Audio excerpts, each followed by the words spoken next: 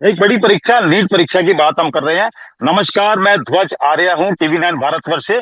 और मेरे साथ हैं शशिकांत जी, जो कि नीट परीक्षा के पूरी तरीके से विसल ब्योर हैं। इन्होंने ही पूरी तरीके से इस पूरी परीक्षा का जो लीक का जो खुलासा था वो पूरी तरीके से किया था। बहुत बहुत स्वागत है शशिकांत जी आपका। अ, नमस्कार सर जी। मेरा पहला सवाल ये है कि ये सारी जानकारी आपको कहाँ से मिली और किस तरीके से आपने हिम्मत जुटाई, क्योंकि बहुत बड़ी बात थी जो इस तरीके का खुलासा आपने किया है। जी। सर, ऐसा हुआ था कि 3 तारीख को जब शाम को पेपर 5 बजे हुआ था। उसके बाद हमने बच्चों के कुछ डाउट वगैरह सोल्व किए, पेपर का एनालिसिस वगैरह किया। और उसके बाद जब मैं घर आया तो मुझे मेरे जो मकान मालिक हैं वो मिलते हैं और उन्होंने बताया कि एक वायरल पीडीएफ है, वो काफी मतलब स्प्रेड हो रही है। क्या उसमें से कोई क्वेश्चन आ सकता है क्या पेपर में?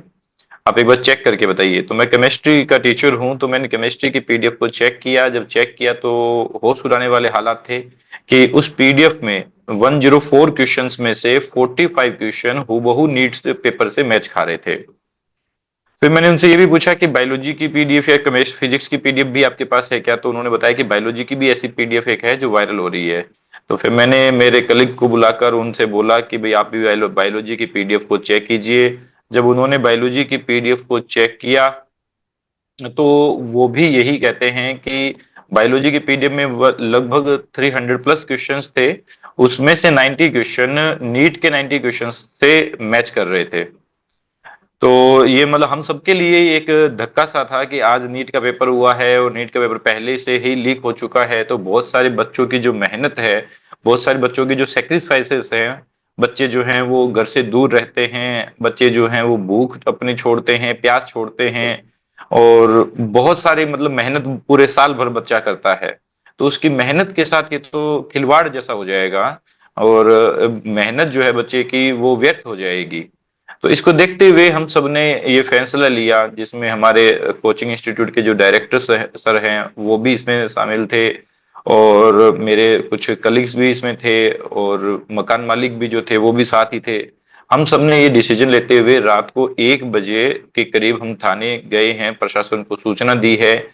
फिर हमने इस मुद्दे को कैसे मतलब उच्च स्तर पर उठाया जाए, और हमारी बात कब और कैसे सुनी जा सकती है, इसके लिए हम 2-3 दिन तक इसके सबूत जुटाए। क्योंकि ऐसा भी हो सकता था कि जैसे जो 2024 में जो बोलते हैं कि माननीय सुप्रीम कोर्ट का फैसला आया था कि सबूतों के अभाव में हम पेपर को रद्द नहीं कर सकते। तो ऐसा इस बार भी नहीं हो जाए, तो हमने पूरे सबूत इसके लिए जुटाए।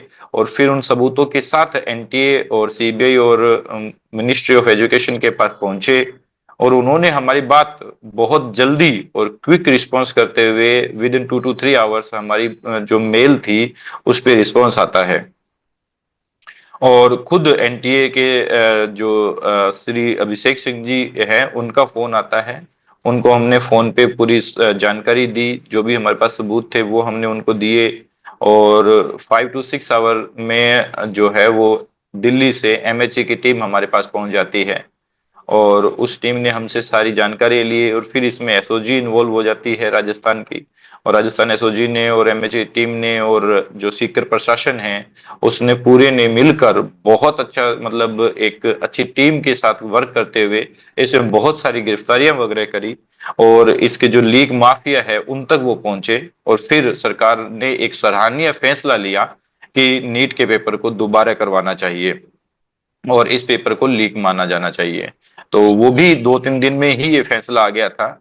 तो ये भी बहुत बड़ी बात है कि पहली बार ऐसा हुआ है कि 3-4 दिन में ही सरकार ने इतना बड़ा फैसला छात्र हित के लिए लिया। क्योंकि अगर इस फैसले में लेट होता तो जाहिर सी बात है बच्चे जो हैं वो मेंटल प्रेशर में आते, उनकी मेंटल हेल्थ इश्यूज होते, वो बच्चे कंफ्यूज होते कि पेपर लीक हुआ भी है कि नहीं हुआ है, कि वो दोबारा तैयारी करनी चाहिए कि नहीं करनी चाहिए।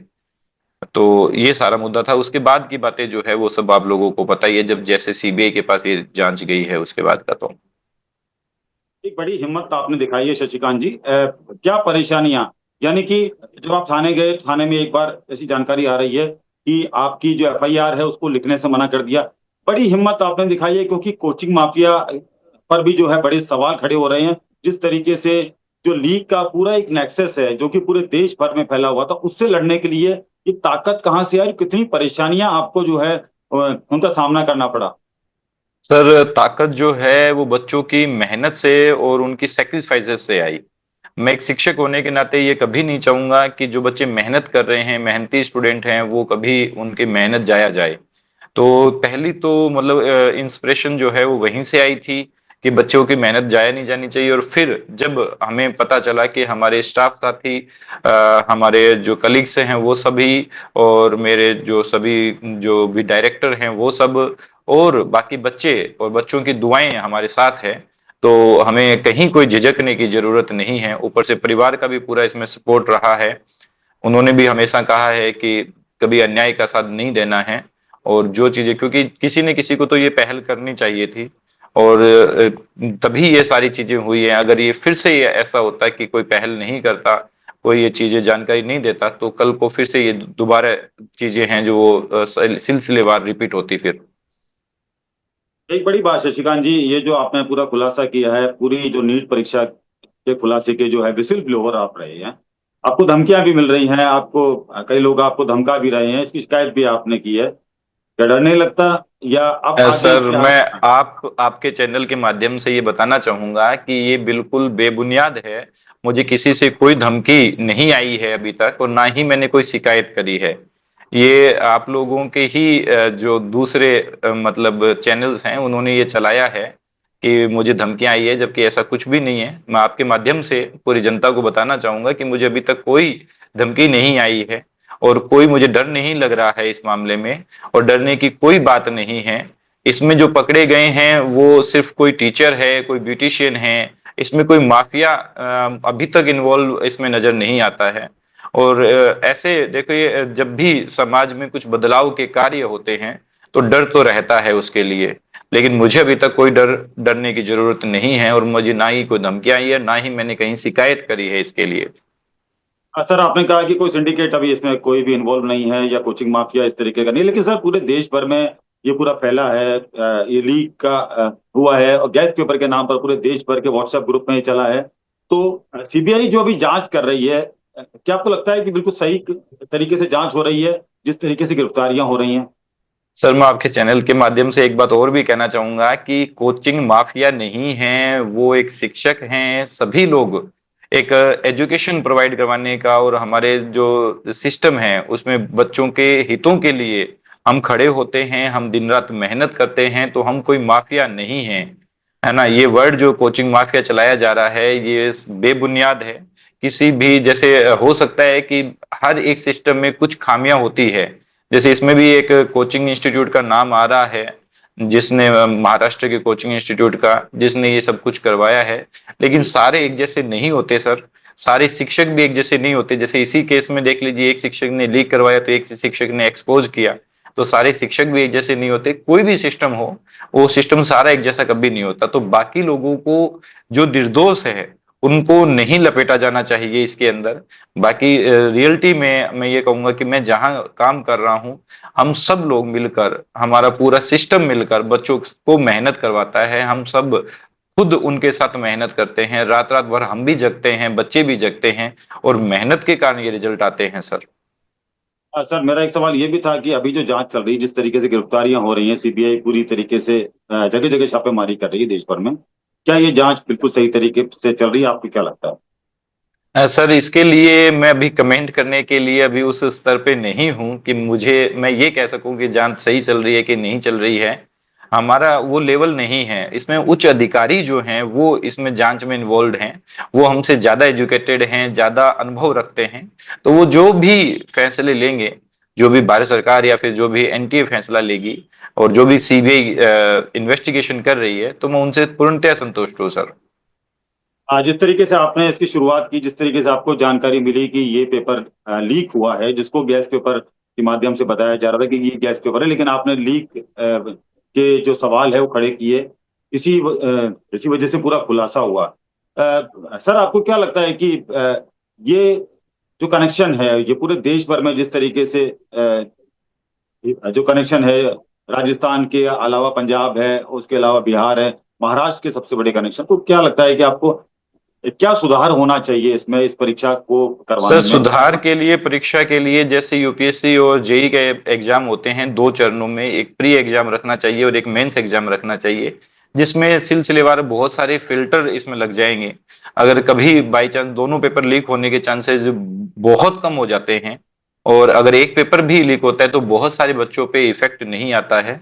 तो मैं आपके चैनल के माध्यम से सरकार से भी ये दरख्वास्त करूंगा और एनटीए से भी ये दरख्वास्त करूंगा कि कृपया मेरी बात पे थोड़ा सा गौर फरमाइएगा।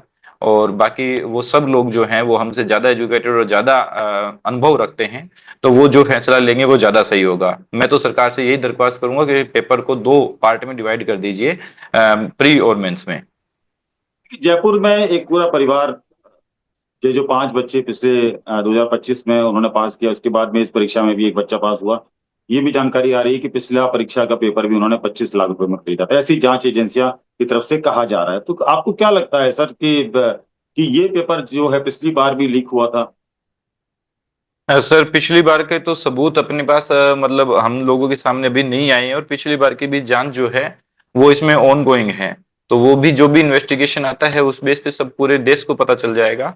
और मैं तो ये कहूंगा कि पिछले नहीं, पिछले से पिछले सारे जो ईयर्स इनमें मतलब जब भी पेपर लेके कोई भी अगर अफवाह भी आई है तो उसको भी जांच करना चाहिए, तो उसकी भी इन्वेस्टिगेशन होनी चाहिए सर। सर एग्जाम होता है 3 मई को, उसके बाद अचानक से आपको जानकारी मिली, सबसे पहला क्लू आपको क्या मिला? हमारे दर्शक ये जानना चाहते हैं, सबसे सबसे पहला पहला क्लू। क्लू यही था कि पेपर जो है वो 2 दिन से वायरल हो रहा था। वो पीडीएफ जो है वो 2 दिन से वायरल हो रही थी, और उस पीडीएफ में जो 45 क्वेश्चन जो नीट में आते हैं वो हूबहू उसमें मैच खा रहे थे।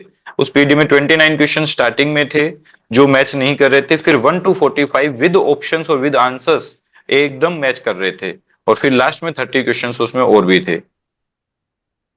सर जयपुर का एक परिवार जो जो हम बात कर रहे थे, तो उस परिवार का जो बच्चा है, एक स्टूडेंट है विकास, उसे जब अरेस्ट किया गया उस वक्त मैं भी मौजूद था। सीबीआई ने जब उन्हें जो है कोर्ट में पेश किया, तो उस वक्त वो उसका कहना था कि बड़ी मछलियों, बड़े लोगों को छोड़ा जा रहा है और हमें फंसाया जा रहा है। इसका सर आजकल वीडियो इसके भी आपने बारे देखा होगा। में मैं मतलब कोई भी कमेंट नहीं करना चाहूंगा, क्योंकि सरकार इसमें मतलब सीबीआई इन्वेस्टिगेशन कर रही है।